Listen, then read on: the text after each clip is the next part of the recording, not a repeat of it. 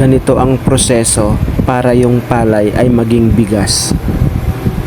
Kaya lang mapapansin nyo na parang durog or durog nga yung bigas kasi hindi ito naibilad ng maayos.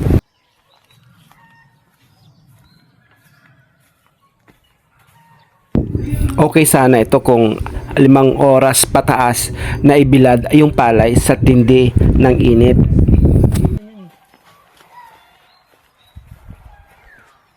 Ari namang aking kasama, imbis na matuyo yung palay, nadadagdagan pa ng kanyang pawis sa tulo ng pawis sa sobrang init dito po sa aming pwesto. Pero malakas to, kahit 2 sako kayang buhatin.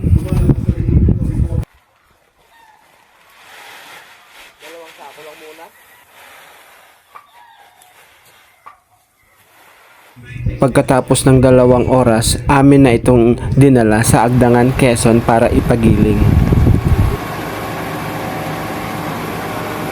Mga kaboks, dito ko ipapaliwanag sa inyo kung paano yung proseso ng palay para ito ay maging bigas.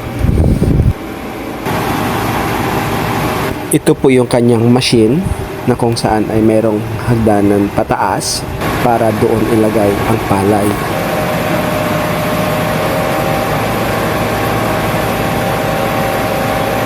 Meron po itong screen para salain yung mga naligaw na may kahoy or may sanga, dahon. Kailangan palay lang po talaga ang pumasok dito sa imbudo na ito.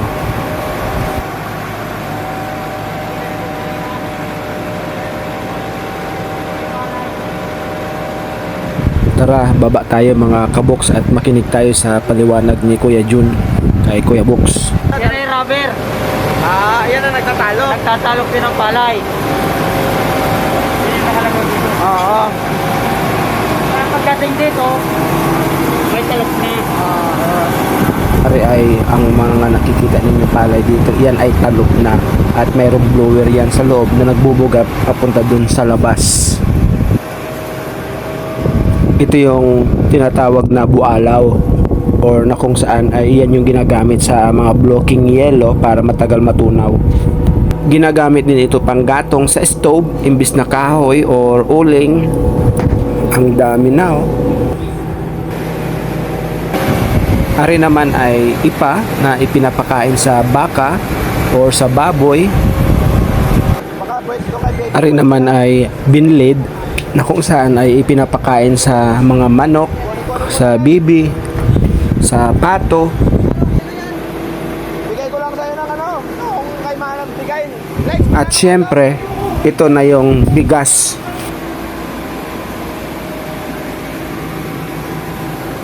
Mas maganda sana ito mga kaboks kung naibilad lang ng maayos. Ito po sana ang bigas na ito ay buo-buo po sana, hindi po sana siya yung pino. Ayan. I hope na may mga natutunan po kayo mga kaboks. At dito po ninyo malalaman kung paano naging bigas yung palay at kung ano ang ating mga nakukuha sa palay.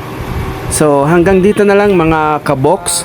And doon po sa mga hindi pa nakapag-follow sa aking FB page na Joel Mendezabal at ganun din po sa YouTube Box TV Intro, i-subscribe na lang po kayo at huwag niyo pong kalimutang mag-like, share and comment.